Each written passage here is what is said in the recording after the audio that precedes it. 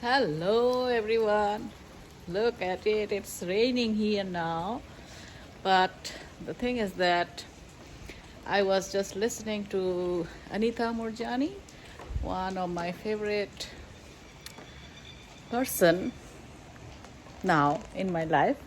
She is such a great author, and the way she spreads love, self-love, how to do it, and she had near-death experience, and she just came out of from that side. She left the body, then she came back to the body again, and it's really very very interesting to me, and but the thing, one of her fan asked her that why she do what she do. I mean, what she does. Yeah. So with that question, she was thinking that how to answer, and she answered in that video. It was the YouTube video.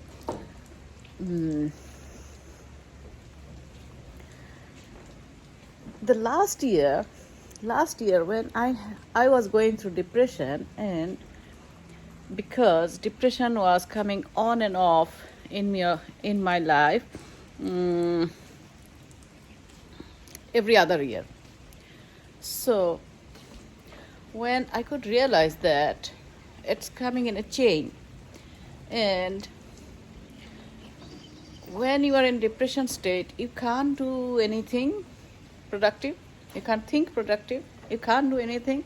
So all your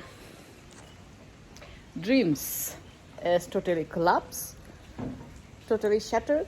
So that was my case. So my life was very different. I couldn't think of anything big, because every time there is more stress coming in my life, my body just shut down into depression mode. So it was happening again and again from 2015 to 2021. So in 2021, basically I wanted to change my life physically. I mean, yeah. But I couldn't do it. Very interesting stuff. So for that reason, so I was in fear some bit for some other stuff going on in my life. And because I couldn't change my situation, I couldn't change myself. So I went into depression again in 2021. So it just started in 2021, February. Every time, whenever I was in depression, so it just healed within a year, 9 months, 6 to 9 months, 1 year, just like that. But that time I couldn't heal because I didn't want to. That's really interesting, because it's not only antidepressants, but I try to do lots of other stuff. Whatever I find, I just do it, because I love to do lots of stuff, not relying totally on antidepressants, or not relying totally on the doctors, because I did had some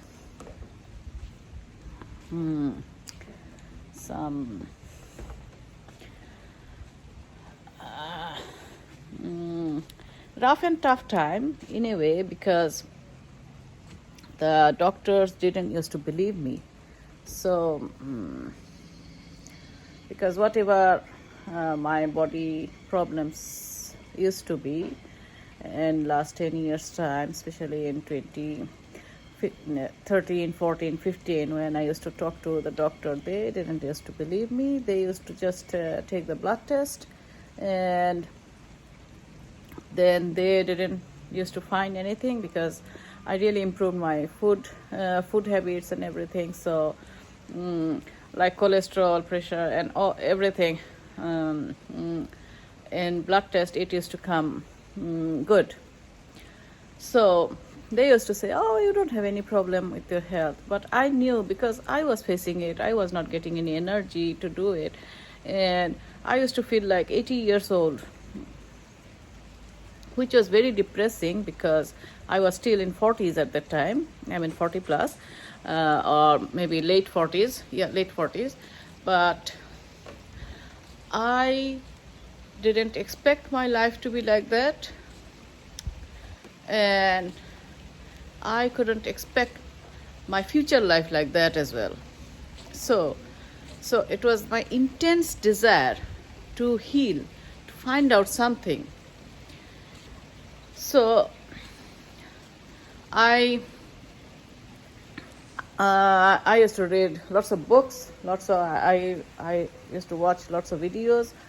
Anywhere I could find something knowledgeable, to find something about my issues, I could just go for it.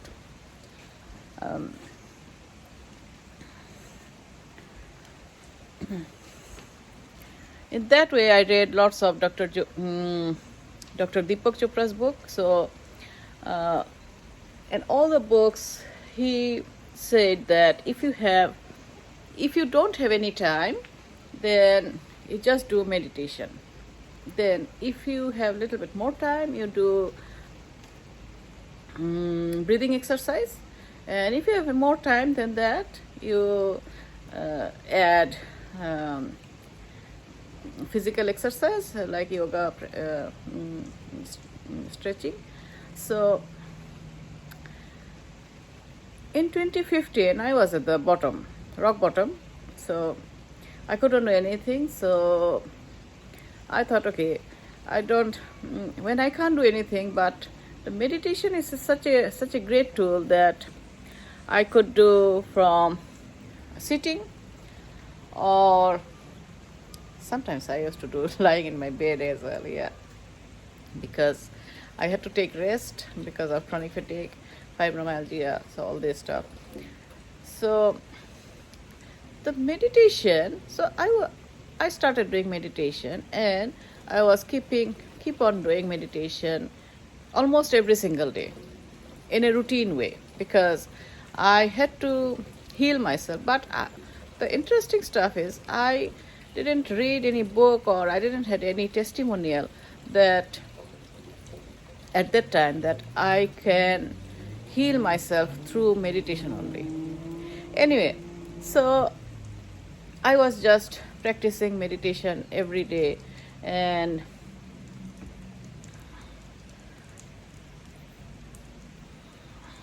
so initially starting with 15 minutes, then gradually I could do 1 hour. And it was on and off sometimes, because when you don't know how to do meditation and the other experiences, so I had all the knowledges from watching the YouTube videos only. But anyway, so in 2019, I found that I healed my fibromyalgia, that chronic pain all over the body, and I was really surprised. And I was so excited that, my God, meditation could heal this fibromyalgia, this that body pain, constant body pain, nagging pain, which was blocking me to enjoy my life, which was. So I was really, really very surprised, excited. So yeah, but yeah. So I really wanted, in 2020, I really wanted that every school children should know this tool. Every school children should learn this meditation, because the stress is the part of the life. Unfortunately, you can't get rid of it. And now with the social media, the school children are in very different stress than what we had in our childhood. So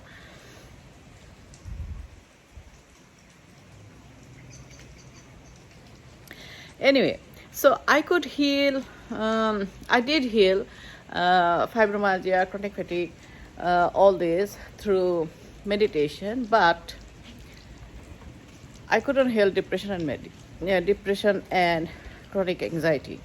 So those two were still there with me for me to learn some more tools, some more knowledge, and that was really very tough for me because I didn't know, I didn't have any idea.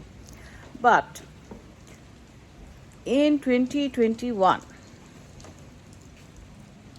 when I went into the depression again and I couldn't see any hope rather than having only antidepressants, and my life became miserable again. Honestly, it seems like I am a big failure. I am a big failure because I wanted to start some course, which I couldn't do it. I had to stop it. I started and I stopped it. I wanted to do 2 different courses basically, but I couldn't do it. And I really wanted to change the way I was all these years, but I couldn't change. So with all this, and obviously I had lots of fear, because if you have fear, then only you can go into this depression mode, anxiety mode, any diseases, because of fear, some kind of fear. So I must tell you that we live in a society of fear, where we're taught to be fearful for everything. The medical system is like that. If you, whenever you go to the doctor, they will make you more fearful of the disease itself, and they'll say, okay, you have to have this medicine. For some health conditions, you have to have medicine all your life. Even for depression, it's prescribed that you have to have antidepressants your rest of your life.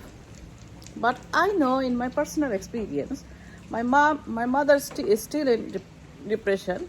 She is still having medicine. She didn't stop at all for so many years. I don't know how many years she is having. And it didn't stop. She is still in chronic anxiety and chronic depression. By the way, chronic anxiety and chronic depression go hand by hand. So initially, with the lots of fear, you go into lots of anxiety and chronic anxiety, and then when it becomes more and more, cross the limit, you go into the depression. That's the survival mode. And I was having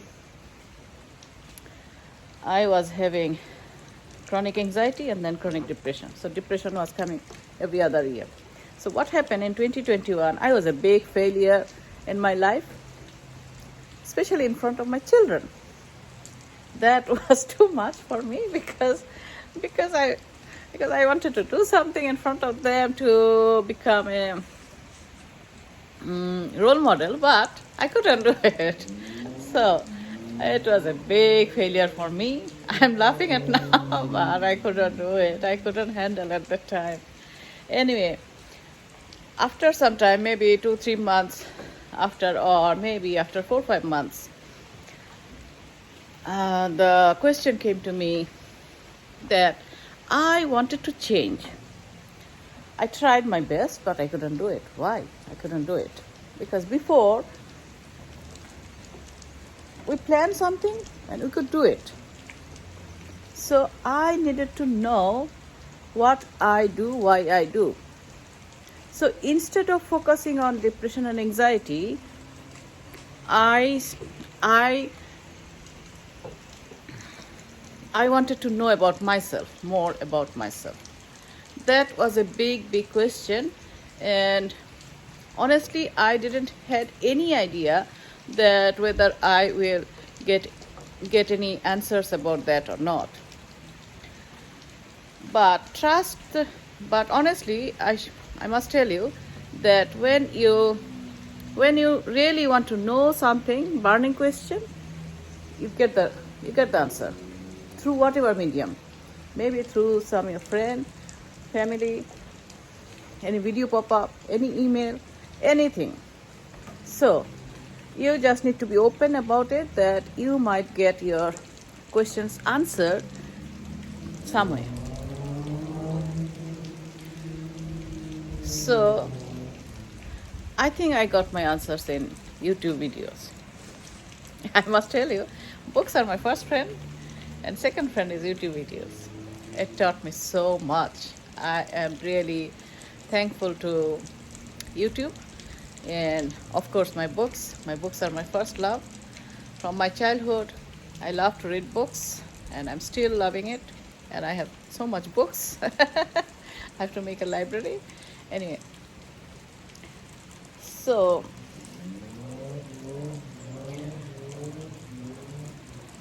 I found Dr. Joe Dispenza's video, and that's why I found why I was a big failure in 2021, which I couldn't change because of so many years I was a full-time mother. So I just wanted to change physically outside my world, but not mentally. I didn't practice anything mentally. I just wanted to change, so I just signed up there, but I couldn't do it. So what was happening when you are more than 35 years old? So to change anything, it's very difficult because whatever you do every single day, that becomes a program in your brain, and to change that brain programming, it's really tough. So what we need to do, we have to have some good knowledge that what can we do about that, and then we have to practice every single day to change that programming. It might take 6 months, 9 months, 1 year, whatever. But if you are really honest with your work, you can see the change in 6 months. What I did. So I was for some time, maybe 2-3 months, I was just listening the information because I had to understand. And when you are sick, to understand something, it takes lots more time than when you are well enough. So it took me lots of more time. So I was just listening. So at some point, it hit my mind that, well, it's doable. So then it started practicing. Then also, I used to cry every single day, so much depressed, and I didn't know the way out at all. And I didn't see any hope in my life, because that was the thing. So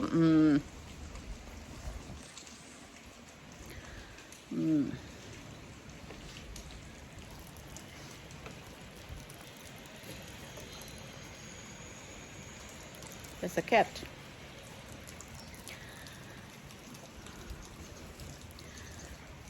So what I learned, that we are more powerful than the system itself.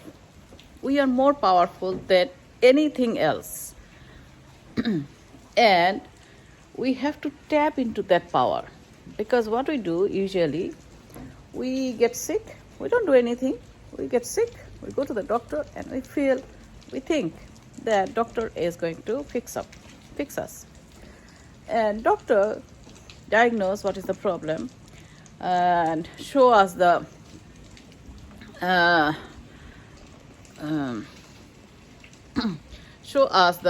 worst case scenario, what can happen, and then give us the medicine. So all through this time, we are in so much fear, and it's still there. When we talk to our friends, family, we say, "Oh, do you know I have this problem, and I'm having medicine, and I don't know how long it will take to heal," and all those stuff.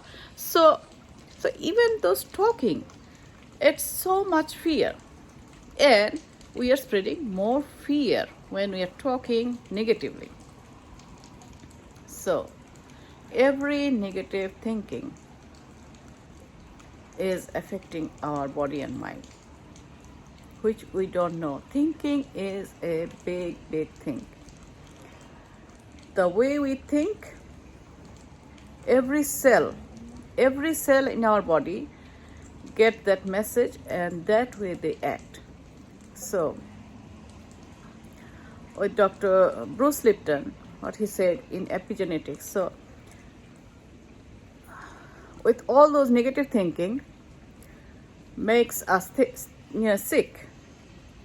So what I understand from that we are in a stressful situation, most of us, almost all the time, and everybody